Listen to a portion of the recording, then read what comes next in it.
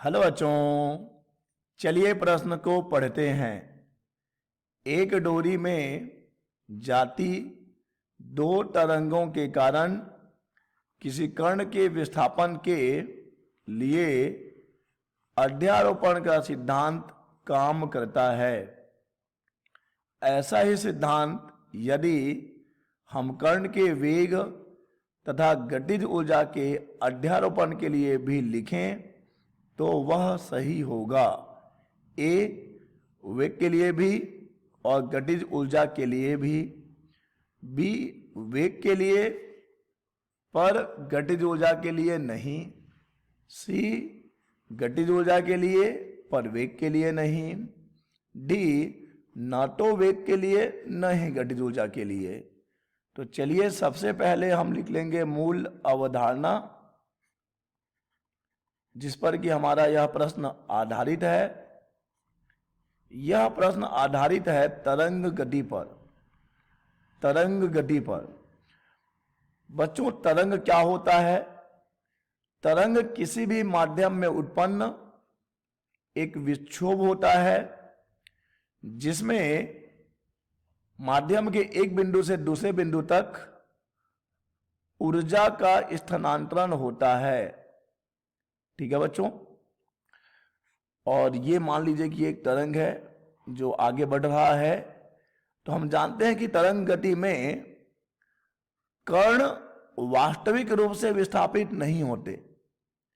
कण अपना जगह छोड़ के कहीं चले नहीं जाते, अपितु कण अपनी ही माध्य स्थिति के आगे पीछे क्या कर रहे होते हैं बच्चों?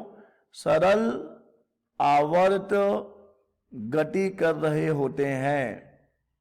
अगर तरंग इस दिशा में आगे बढ़ रहा है और अगर हम बात कर रहे हैं तरंग की, तो तरंग गति में क्या होता है बच्चों? माध्यम के कण अपने ही माध्य स्थिति के आगे पीछे बस सरल आवर्त गति कर रहे होते हैं, दोलन कर रहे होते हैं बच्चों।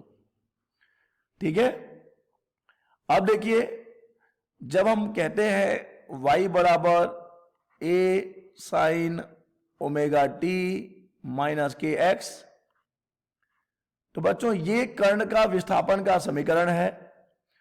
चलिए, मूल बिंदु से अगर x दूरी पर एक कण है तो वह जो है किसी भी क्षण t पर अपने माध्य स्थिति से कितना दूर है, कितना विस्थापित हुआ है, उसे हम y से दिखाते हैं।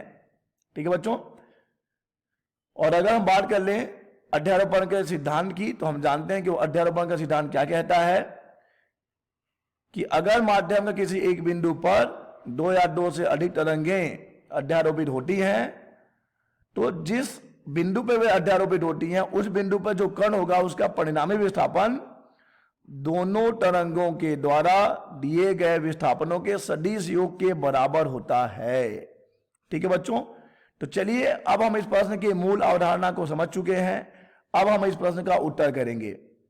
बच्चों, मान लीजिए कि यह है एक माध्यम का एक बिंदु जहां पर कि दो या दो से अधिक तरंगें अध्यारोपित हो रही है।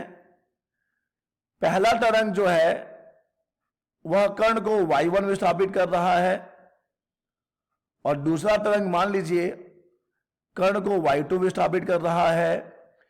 क्योंकि हम बात कर रहे हैं विस्थापन की, विस्थापन एक सदिश राशि होता है, तो अगर हम परिणामी विस्थापन की बात करेंगे तो हमें इन दोनों विस्थापनों का सदिश योग लेना पड़ेगा, जो कि कुछ और नहीं अध्यारोपण का सिद्धांत ही है।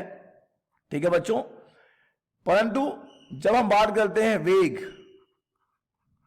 या फिर गतिज ऊर्जा की, तो चलिए देखते हैं कि क्या यहां पर हम अध्यारोपण का सिद्धांत लगा सकते हैं।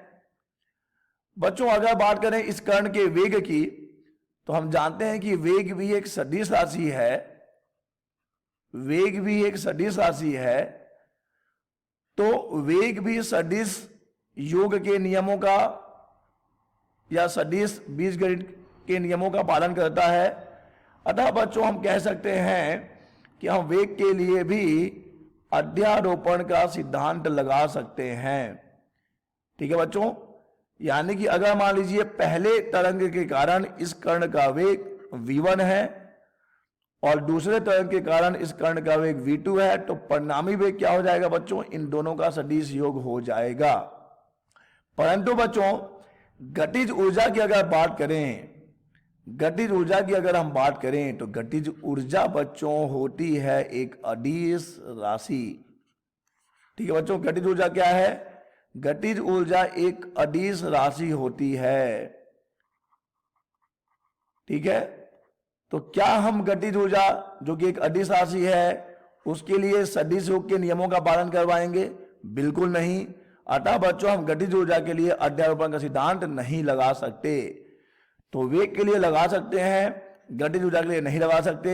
अतः इस प्रश्न का सही विकल्प हो जाएगा बी, वेग के लिए पर गतिज ऊर्जा के लिए नहीं। आशा करते हैं आपको समझ आया होगा। धन्यवाद।